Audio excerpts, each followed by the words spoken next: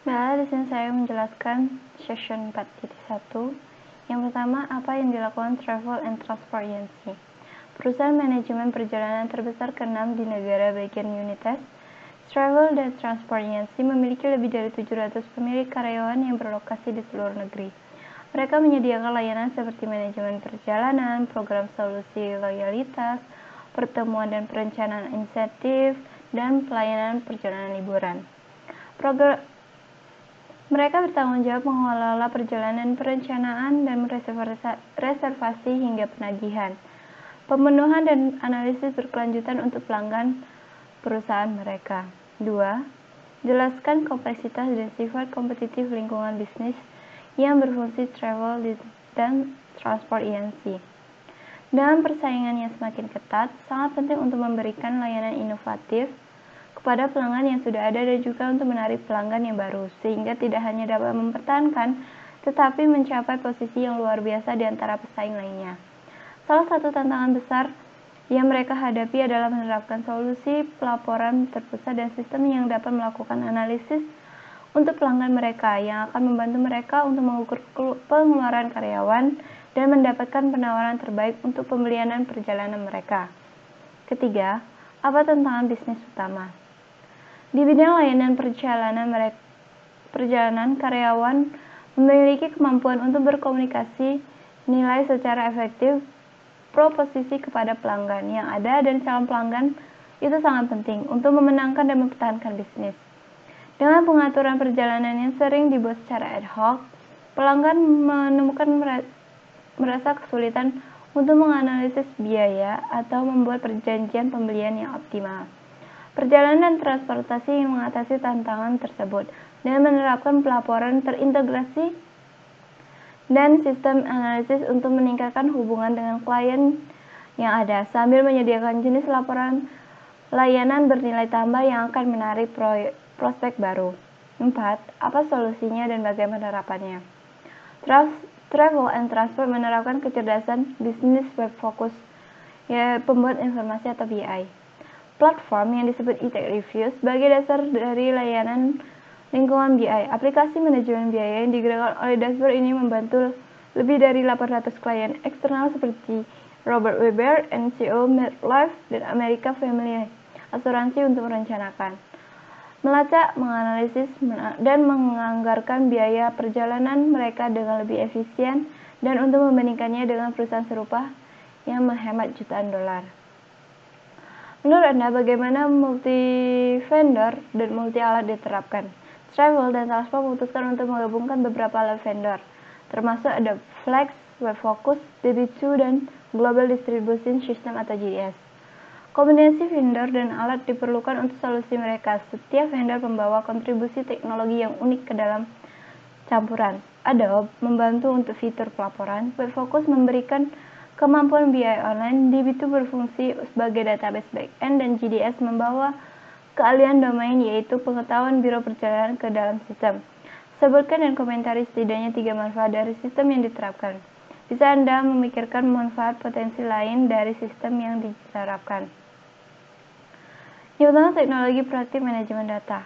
Beberapa yang paling mendesak kebutuhan untuk platform gudang data generasi berikut melibatkan teknologi dan praktik yang biasanya tidak dianggap platform.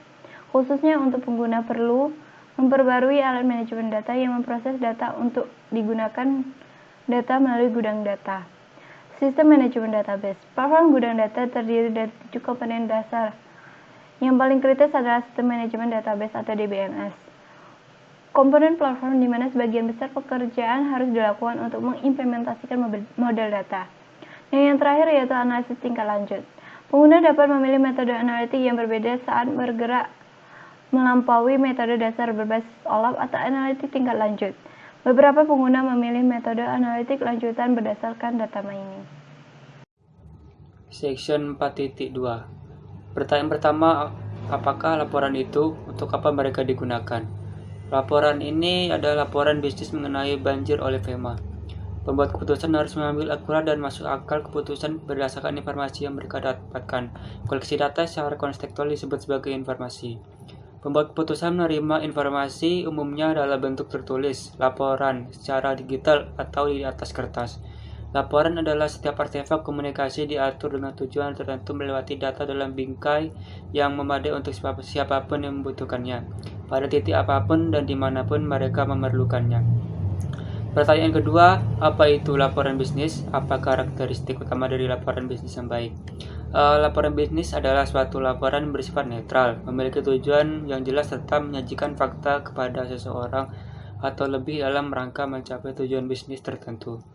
Laporan bisnis adalah setiap dokumen faktual yang menyatakan tujuan perusahaan merupakan sarana manajerial untuk menginformasikan atau memberikan kontribusi pada pengambilan keputusan harus bersifat akurat, lengkap, dan objektif. Karakteristik utama laporan bisnis yang baik dan benar adalah seperti netral, tidak berpihak, objektif, menyajikan data, disusun secara sistematis, menyangkut informasi eksternal maupun internal, biasanya diminta oleh pihak yang mewakili wewenang yang lebih tinggi, memiliki tujuan yang jelas. Yang pertanyaan ketiga adalah jelaskan proses siklus manajemen, komentari peran laporan bisnis. Proses siklus manajemen melibatkan langkah-langkah berikut. Akuisisi data mengarah pada pembuatan informasi yang mengarah pada pengambilan keputusan yang mengarah pada manajemen proses bisnis.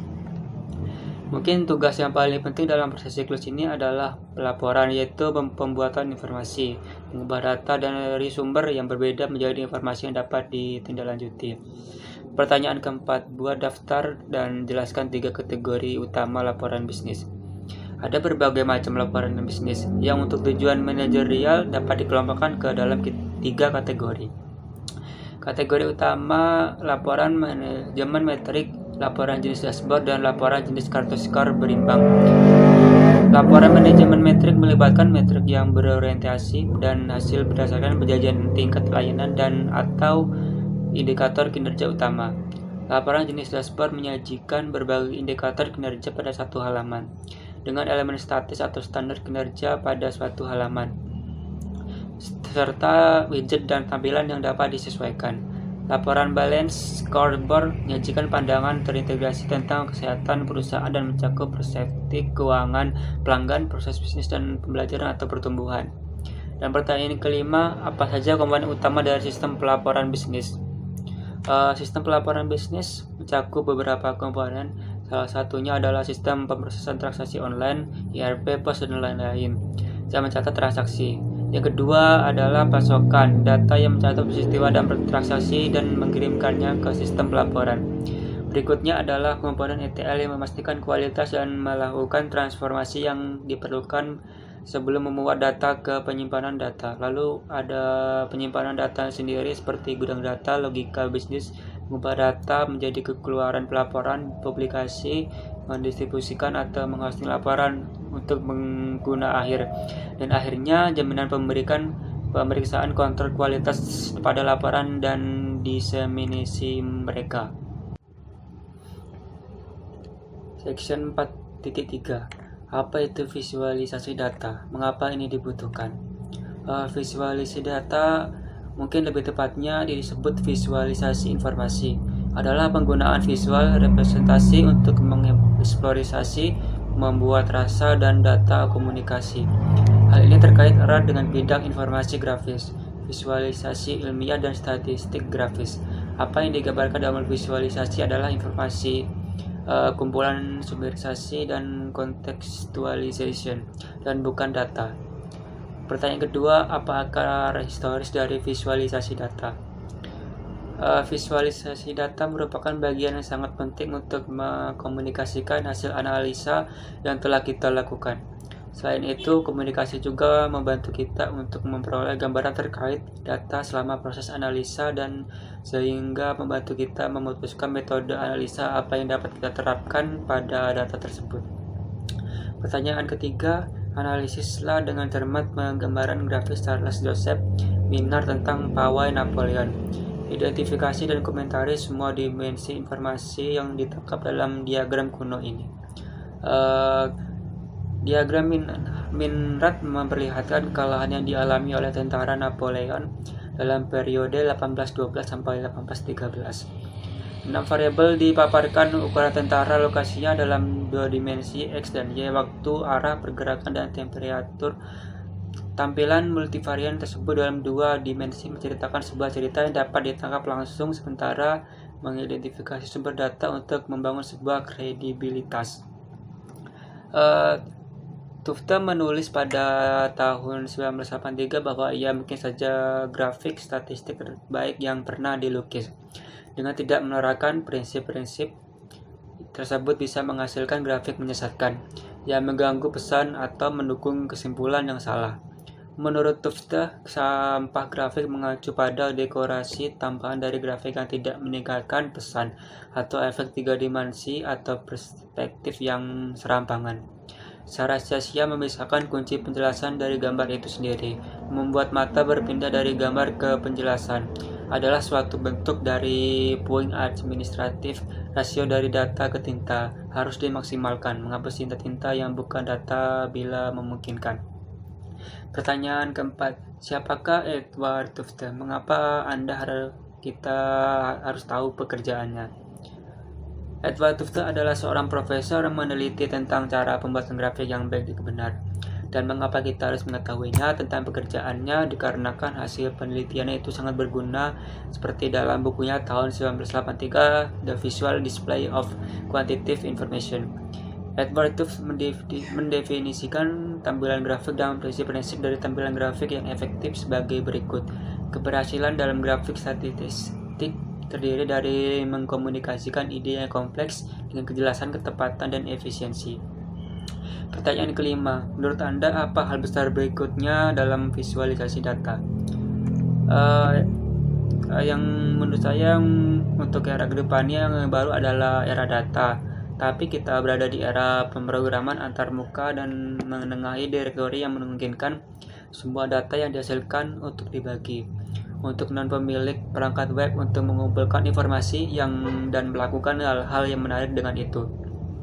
Saya suka bagaimana monitor menunjukkan kinerja manajemen energi dan target hidup data yang mencerminkan bagaimana perusahaan dan blok kantor lakukan pada energi dan sumber daya konservasi. Ada perusahaan-perusahaan seperti Graphic QA di Iowa bahwa Anda bisa memanggil perusahaan perangkat lunak di Digital Signet kecuali mereka sepenuhnya difokuskan pada dashboard energi. Section 4.4. Pertanyaan pertama. Menurut Anda mengapa ada banyak jenis bagan dan grafik yang berbeda? Bab 4 bagian 4,4 berbeda jenis grafik dan grafik. Dasar grafik dan grafik umumnya digunakan untuk visualisasi informasi. Berbeda tipe grafik yang sesuai untuk menyampaikan berbagai jenis informasi. Meskipun grafik ini dan grafik mencakup bagian utama dari apa yang umumnya digunakan dalam visualisasi informasi, mereka tidak berarti menutupinya semuanya. Saat ini satu dapat menemukan banyak grafik khusus lainnya dan grafik yang melayani tujuan tertentu. Grafik pertama adalah grafik garis bagus untuk data rangkaian waktu. Yang kedua berguna dalam menampilkan data nominal atau data numerik dan split ini selinto kategori berbeda sehingga Anda dapat dengan cepat melihat komparatif hasil dan tren dalam data Anda. Yang ketiga, grafik pie harus digunakan untuk bagian gambaran proporsi, misalnya untuk menampilkan proporsi relatif dari mergers dideklarasikan oleh mahasiswa tahun kedua. Bagian keempat, menyebarkan plot dan grafik gelembung yang baik dan untuk menggambarkan hubungan di antara dua atau tiga variabel. Bagian kelima, sejarah itu seperti grafik bar, kecuali itu menggambarkan distribusi frekuensi. Bagian keenam, grafik Gantt, baik di ilustrasi jadwal, proyek, dan ketergantungan tugas. Grafik bar juga disebut diagram jaringan. Itulah beberapa contoh grafik mengapa mereka bisa berbeda, karena tiap grafik itu mempunyai fungsi yang berbeda-beda. Pertanyaan kedua, apa perbedaan utama antara diagram garis, batang, dan lingkaran? Kapan sebaiknya Anda memilih untuk menggunakan salah satu dari yang lain? Perbedaan utama antara garis bar, grafik batang baik untuk menggambarkan data nominal atau nomor yang mudah dikategorikan. Pie grafik harus digunakan untuk menggambarkan proporsi. Anda tidak harus menggunakan pie grafik jika jumlah kategori sangatlah besar. Pertanyaan ketiga, mengapa Anda menggunakan peta geografis? jenis bagan apa lagi yang digunakan dengan peta geografis? Peta geografis berguna ketika Anda di set mencakup segala jenis data lokasi, termasuk alamat, kode pos, nama negara atau kependekan, nama negara, lintang atau bujur, atau beberapa jenis dari pengkodean geografis custom. Peta dapat digunakan bersama dengan grafik lain dan grafik. Sebagai contoh, orang dapat menggunakan peta untuk menunjukkan distribusi permintaan layanan pelanggan oleh tipe produk yang digambarkan di dalam lokasi geografis. Pertanyaan keempat, temukan 2 bagan lagi yang tidak tercakup di bagian ini. Komentari kegunaannya. Yang tidak ada adalah yang pertama, itu waterfall chart. Bagan air terjun adalah salah satu visualisasi informasi yang mesti dipakai untuk menampilkan bagaimana nilai awal dipengaruhi oleh nilai menengah dan menghasilkan nilai akhir. Nilai dapat negatif atau positif. Bagian kedua adalah gauge. Pengukuran biasanya hanya membandingkan 2 nilai dalam skala. Mereka membandingkan nilai saat dan nilai target, yang sering menunjukkan apakah kemajuan Anda baik atau buruk, di hijau atau dalam merah. Berikutnya adalah pertanyaan bagian 4.5. Yang pertama, apa alasan munculnya analitik visual baru-baru ini? Jawabnya, analitik visual muncul akhir-akhir ini karena memungkinkan pengguna analisis bisnis dan kecerdasan bisnis sistem untuk lebih mengkomunikasikan hubungan, menambah konteks historis, mengungkap tersembunyi kolerasi, dan menceritakan kisah persuasif yang memperjelas ajakan bertindak. Yang kedua, lihatlah Magic Quadrant untuk Business Intelligence dan Analytic Perform dari Gartner.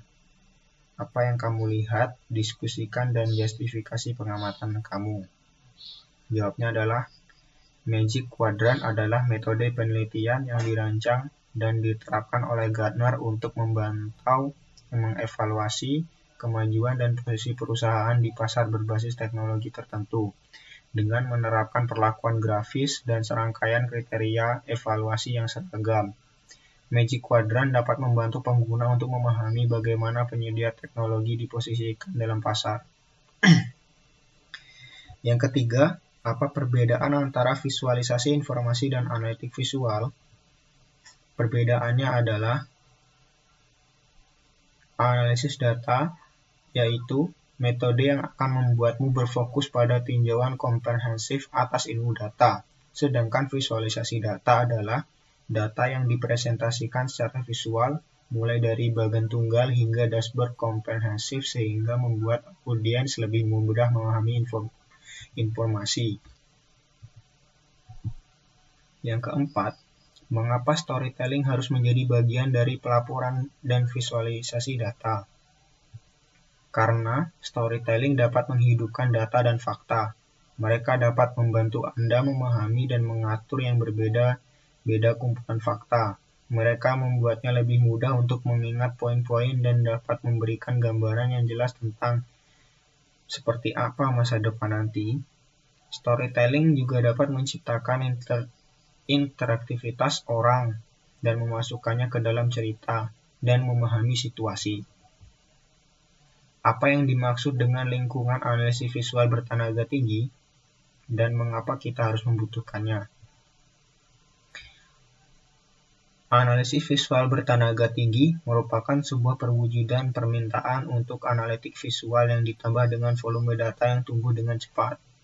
Ada pergerakan eksponensial menuju investasi dalam sistem visualisasi yang sangat efisien.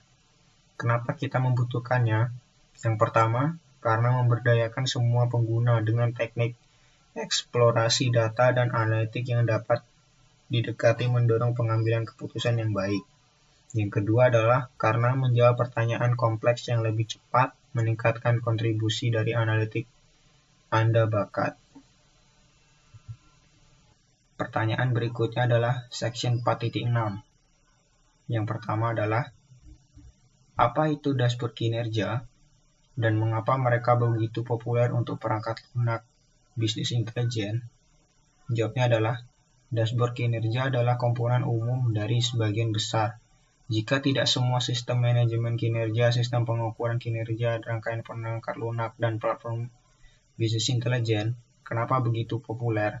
karena dashboard menyediakan tampilan visual dari informasi penting yang digabungkan dan diatur dalam satu layar, sehingga informasi dapat dicerna dalam sekejap dan mudah dieksplorasi lebih lanjut. Yang kedua, apa widget grafis yang bisa digunakan di dashboard? Mengapa? Jawabannya adalah bisa, karena widget dapat menunjukkan tampilan tingkat tinggi dari berbagai kelompok fungsional yang mengelilingi produk, mulai dari gambaran umum tentang upaya pemasaran, penjualan, keuangan, dan departemen pendukung. Semua ini dimaksudkan untuk memberi pembuatan keputusan eksekutif gagasan yang cepat dan akurat tentang apa itu terjadi yang di dalam organisasi. Yang ketiga, sebutkan 3 lapisan informasi yang digambarkan pada dashboard. Yang pertama ada pemantauan data grafis dan abstrak untuk memantau metrik kinerja utama. Yang kedua, analisis data dimensi diringkas untuk menganalisis akar penyebab masalah. Yang ketiga, manajemen data operasional terperinci yang mengidentifikasi tindakan yang harus dilakukan dalam menyelesaikan masalah. Yang keempat, pertanyaannya adalah, apa karakteristik umum untuk dashboard dan visual informasi lainnya? Karakteristiknya adalah mereka menggunakan komponen visual, misalnya bagan, batang kinerja, dan grafik mini. Yang kedua adalah mereka transparansi bagi pengguna, artinya membutuhkan pelatihan minimal dan memang demikian sangat mudah digunakan. Yang ketiga adalah menggabungkan data dari berbagai sistem menjadi satu. Yang keempat, memungkinkan penelusuran atau penelusuran ke sumber data atau laporan yang mendasari. Pertanyaan terakhir adalah, apa praktik terbaik dalam desain dashboard? Praktik terbaiknya adalah bungkus metrik dashboard dengan metadata kontekstual, validasi desain dashboard oleh pakar penggunaan, memprioritaskan dan memberi peringkat lansiran, dan menyediakan untuk analisa terpadu. Itulah jawaban dari pertanyaan 4.6. Selanjutnya adalah pertanyaan 4.7. Soal 4.7 yang pertama adalah, apakah manajemen kinerja bisnis itu? Dan apa kaitannya dengan bisnis intelijen? Jawabannya adalah, manajemen kinerja bisnis BPM memiliki jumlah nama termasuk manajemen kinerja perusahaan CPM, perusahaan manajemen kinerja IPM, dan manajemen perusahaan strategis SIM. Kaitannya adalah BPM lebih disukai daripada istilah lain karena ini paling awal yang paling umum digunakan dan tidak terkait erat dengan solusi tunggal pemberi. Yang kedua, apa 3 komponen utama dari sistem BPM? 1. Satu set proses analitik dan manajemen loop tertutup yang terintegrasi yang menangani keuangan serta kegiatan operasional. Yang kedua, alat untuk bisnis untuk menemukan tujuan strategis dan kemudian mengukur dan mengelola kinerja melawan tujuan tersebut.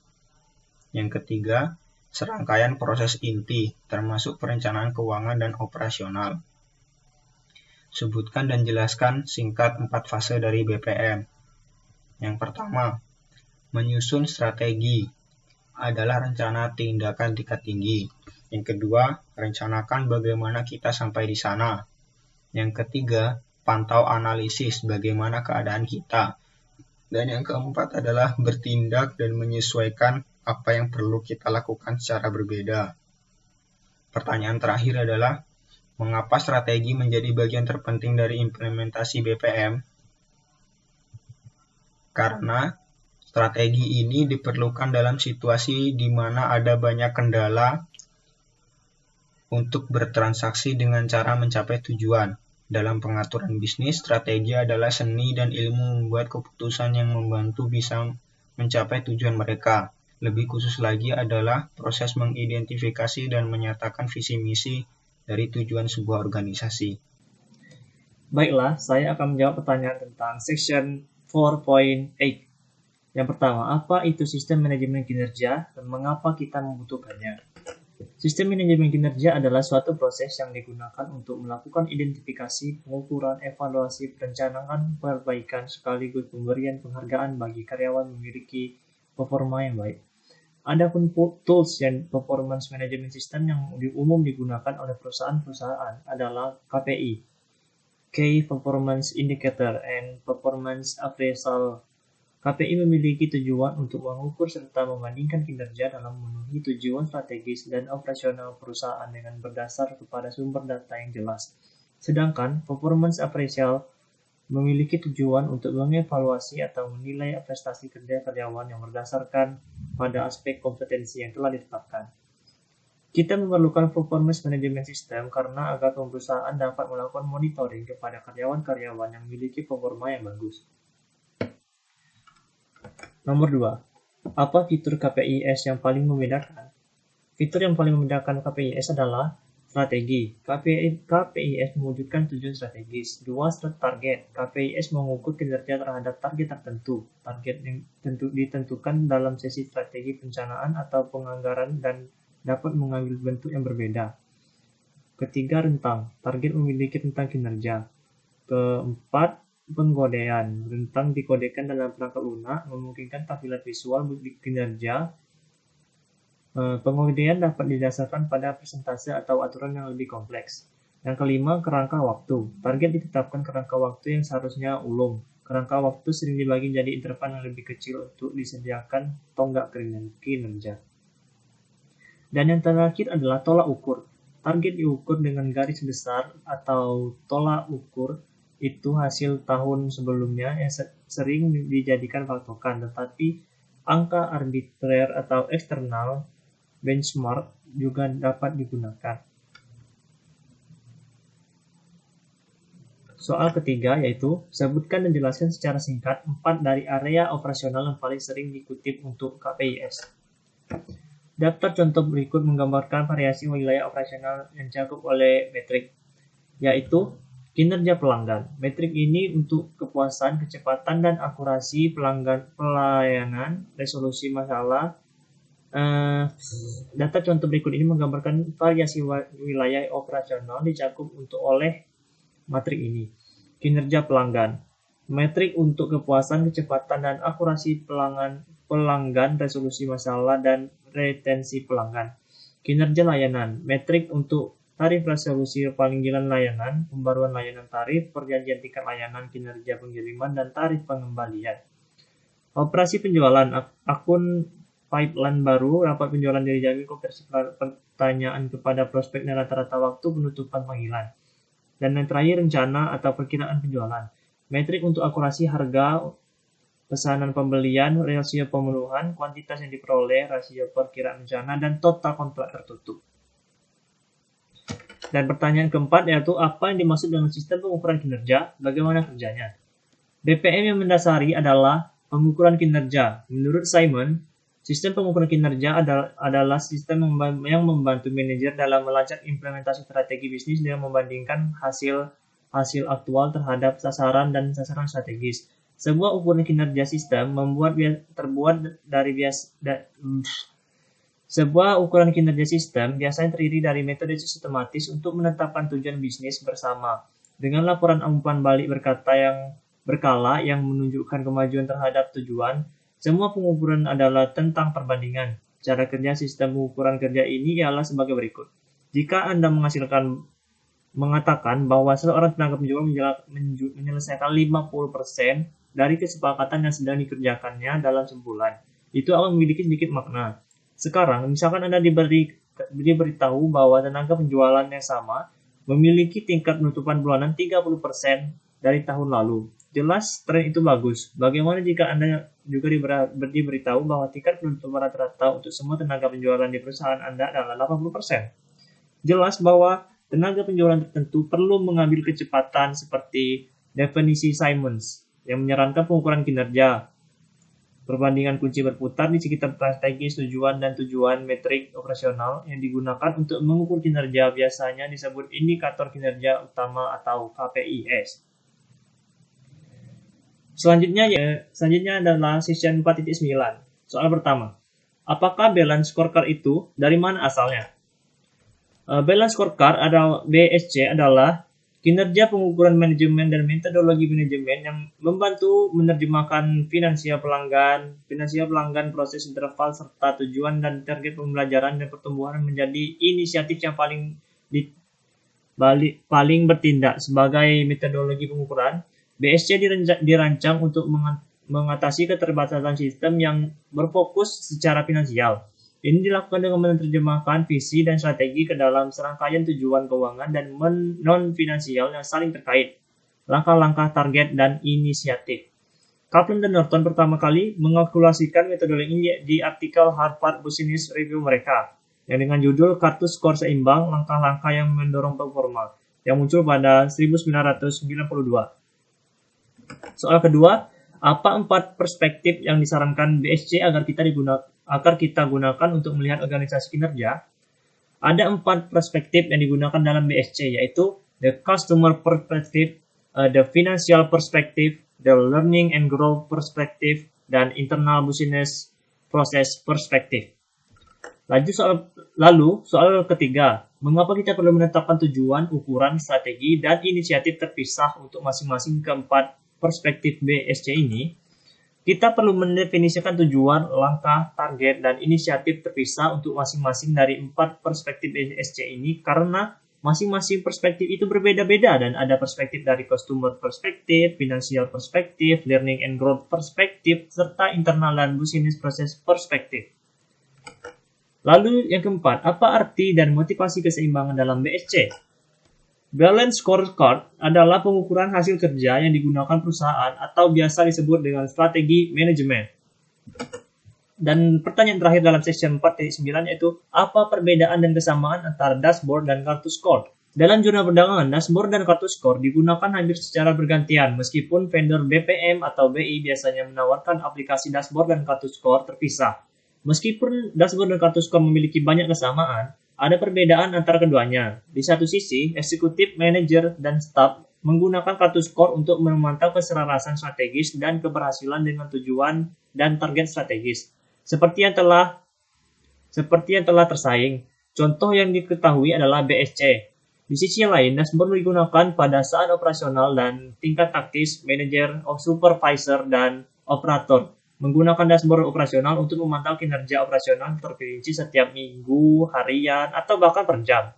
Misalnya, manajer dan staf menggunakan dashboard taktis untuk memantau inisiatif taktis mereka. Misalnya, dashboard taktis dapat digunakan untuk memantau kampanye pemasaran ataupun kinerja penjualan. Dan section 10 atau session terakhir. Pertanyaan pertama ialah, apa itu Six Sigma? Bagaimana ini digunakan sebagai sistem pengukuran kinerja?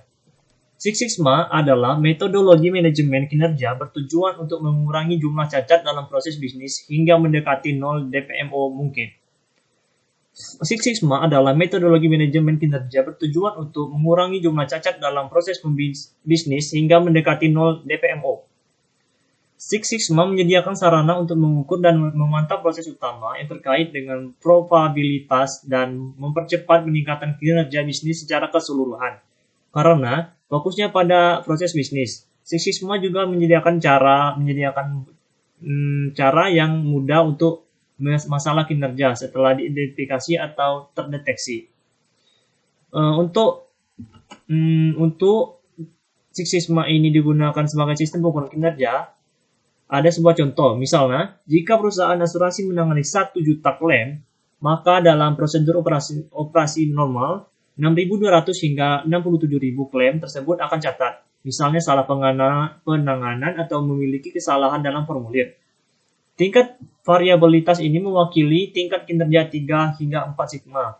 Untuk mencapai level 6 sigma kinerja, perusahaan harus menangani jumlah cacat yang tidak lagi dari 3,4 DPMO. Soal kedua, yaitu apa itu DMAIC? Buat daftar dan jelaskan secara singkat langkah-langkah yang terlibat dalam DMAIC. DMAIC adalah model peningkatan bisnis loop tertutup dan mencakup langkah-langkah yang mendefinisikan, mengukur, menganalisis, meningkatkan, dan mengontrol sebuah proses. Langkah-langkahnya dapat digambarkan sebagai berikut. Yang pertama itu menentukan tujuan, dan batasan perbaikan. Di tingkat atas tujuannya adalah tujuan strategis perusahaan, pada bagian bawah tingkat departemen atau tingkat proyek, tujuannya yang difokuskan pada proses. Yang kedua yaitu mengukur sistem yang ada, menetapkan langkah-langkah kuantitatif yang akan menghasilkan data yang valid secara statistik, dapat digunakan untuk memantau kemajuan menuju goal yang akan didefinisikan pada langkah sebelumnya. Yang ketiga yaitu analisis, menganalisis sistem untuk mengidentifikasi cara-cara untuk menghilangkan kesenjangan antara kinerja sistem atau proses saat ini dan tujuan yang diinginkan. 4 itu tingkatkan, memulai tindakan untuk menghilangkan kesenjangan dengan menemukan cara untuk melakukan hal-hal yang lebih baik, lebih murah, ataupun lebih cepat. Gunakan manajemen proyek dan alat perencanaan lainnya untuk mengimplementasikan pendekatan baru. Yang kelima adalah kontrol, melembagakan sistem yang ditingkatkan dengan memodifikasi, kompensasi, dan sistem insentif kebijakan prosedur, perencanaan sumber daya manufaktur, anggaran instruksi, operasi, atau sistem manajemen lainnya. Soal nomor 3, bandingkan BSC dan Six Sigma sebagai dua sistem pengukuran kinerja yang bersaing. BSC dan Six Sigma merupakan salah satu saingan dalam sistem pengukuran kinerja. Singkatnya adalah BSC berfokus pada peningkatan strategi keseluruhan, sedangkan Six Sigma berfokus pada peningkatan proses. Dan soal terakhir adalah apa bahan untuk manajemen kinerja yang efektif. Sejumlah buku menyediakan resep untuk menentukan apakah kumpulan kinerja ukurannya baik ataupun buruk. Di antara bahan-bahan koleksi yang baik adalah sebagai berikut. Tindakan harus berfokus pada faktor-faktor utama. Tindakan harus menjadi campuran masa lalu, sekarang, dan masa depan. Langkah-langkah harus menyeimbangkan kebutuhan pemegang saham, karyawan, mitra pemasok, dan pemangku kepentingan lainnya. Dan yang terakhir ialah langkah-langkah harus dimulai dari bagian atas dan mengalir ke bawah. Baiklah, demikian penjelasan dari saya dan semoga bermanfaat bagi teman-teman semua.